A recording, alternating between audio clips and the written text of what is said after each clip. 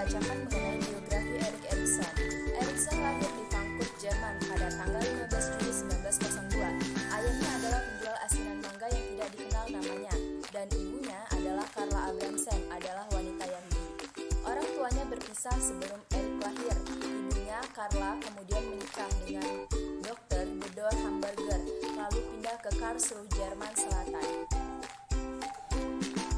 Erikson menyelesaikan pendidikan di gimnasium pada usia 25 tahun dan ia diundang untuk mengajar di sebuah sekolah swasta di Wina.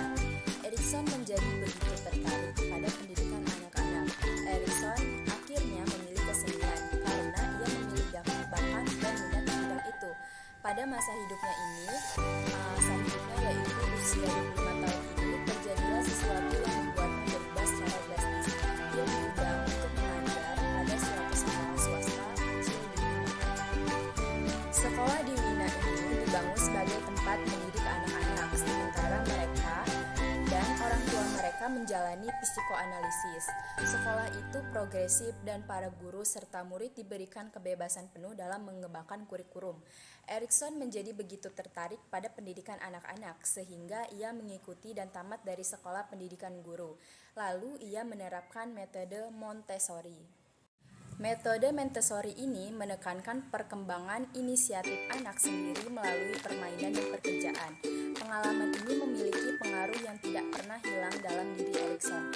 Pengaruh lain yang lebih dalam ialah perkenalannya yang tak terelakkan dengan psikoanalisis. Ialah ia berkenalan dengan perkumpulan Freud. Mengikuti pendidikan beliau dengan konsep psikoanalisis di bawah bimbingan Anna Freud. Mempelajari psikoanalisis di Institut Psikoanalisis di Wina dan tamat dari sana pada tahun 1993. Bisa dikatakan dia telah menemukan identitas profesinya. Begitulah biografi dari Erik Erikson, dan selanjutnya saya akan membacakan teori identitas dari Erik Erikson. Yang pertama ada struktur kepribadian. Struktur kepribadian ini yang pertama adalah ego kreatif. Erik Erikson menggambarkan adanya sejumlah kualitas yang dimiliki ego yang tidak ada pada psikoanalisis Freud, yaitu kepercayaan dan penghargaan, otonomi dan kemauan, kerajinan dan kompetensi, identitas dan kesetiaan, keakraban dan cinta, generativitas dan pemeliharaan, serta integritas. Disebut juga sebagai ego kreatif karena ego yang dapat menemukan pemecahan kreatif atas masalah baru pada setiap kehidupan. Apabila menemukan hambatan atau konflik, ego tidak menyerah tetapi bereaksi dengan menggunakan kombinasi antara kesiapan batin dan kesempatan yang disediakan lingkungan. Ego bukan budak tetapi justru menjadi tuan atau pengantar id, superego, dan dunia luar. Jadi, ego di samping hasil proses faktor-faktor genetik, fisiologik, dan anatomis juga dibentuk oleh konteks populer dan spirit. Di samping itu, Erikson memiliki 3 dimensi, yaitu yang pertama ada faktualitas. Faktualitas adalah kumpulan fakta, data, dan metode yang dapat diverifikasi dengan metode kerja yang sedang berlaku. Ego berisi kumpulan fakta dan data hasil interaksi dengan lingkungan. Yang kedua,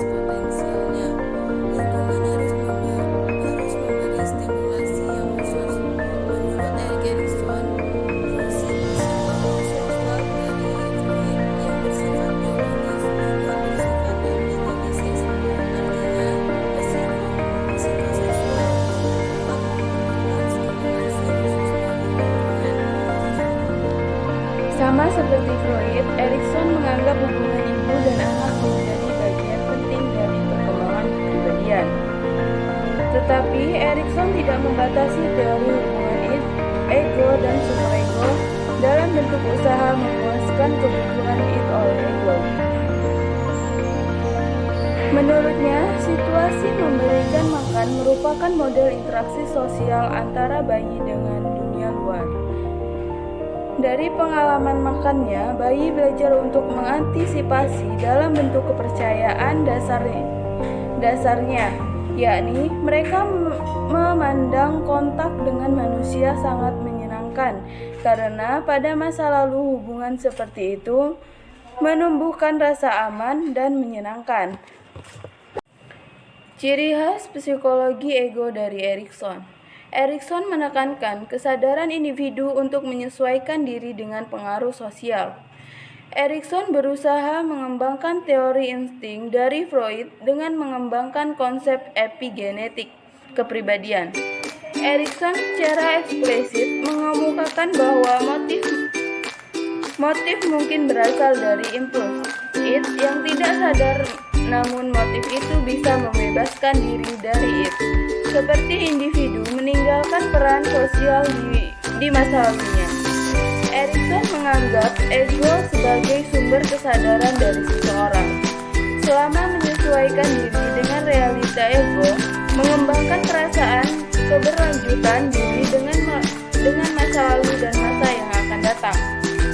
Ciri khas psikologi ego dari Erikson. Pertama, Erikson menekankan kesadaran individu untuk menyesuaikan diri dengan pengaruh sosial. Yang kedua, Erikson berusaha menggabungkan teori insting dari Freud dengan menggabungkan konsep epigenetik kepribadian. Yang selanjutnya, Erikson secara eksplisit mengemukakan bahwa motif mungkin berasal dari impuls id yang tak dasar, namun motif itu bisa membebaskan diri dari id, seperti individu meninggalkan peran sosial di masa lalunya. Yang selanjutnya, Erikson menganggap ego sebagai sumber kesadaran dari seseorang.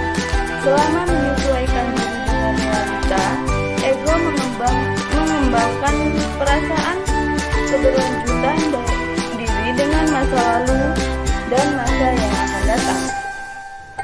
Pengaruh masyarakat. Walaupun kapasitas yang dibawa sejak lahir penting dalam perkembangan kepribadian, bagian terbesar ego muncul dan dibentuk oleh masyarakat. Erikson lebih mementingkan faktor sosial dan historikal, kebalikan dengan Freud yang pandangannya sebagian besar biologikal. Bagi Erikson, ego muncul bersama kelahiran sebagai potensi yang harus ditegakkan di dalam lingkungan kultural. Masyarakat yang berbeda dengan perbedaan kebiasaan, cara mengasuh anak cenderung membentuk kepribadian yang sesuai bayinya. Selama usia 4-5 tahun akan membentuk kepribadian yang oleh Freud dinamakan kepribadian oral. Merupakan kritik dari teori Erik Erikson. Teori Erikson melandaskan teori tersebut atas 3 hal, yaitu 1. Tahap perkembangan identitas yang dianggap Erikson sebagai tahap perkembangan terpenting hanya didasarkan pada analisanya terhadap 3 subjek, yang ketiganya adalah laki-laki. Yang selanjutnya adalah tidak semua orang mengalami kasus yang sama pada fase dan waktu yang sama seperti yang dikemukakan Erikson dalam teori perkembangan psikologisnya. Yang terakhir, teori ini benar-benar hanya pandangan deskriptif dari perkembangan sosial dan emosional seseorang yang tanpa menjelaskan bagaimana atau mengapa perkembangan ini bisa terjadi. Baik, sekian presentasi dari kami, kelompok 3. Jika ada kesalahan, kami mohon maaf yang sebesar-besarnya. Kami akhiri. Wassalamualaikum warahmatullahi wabarakatuh. See you guys.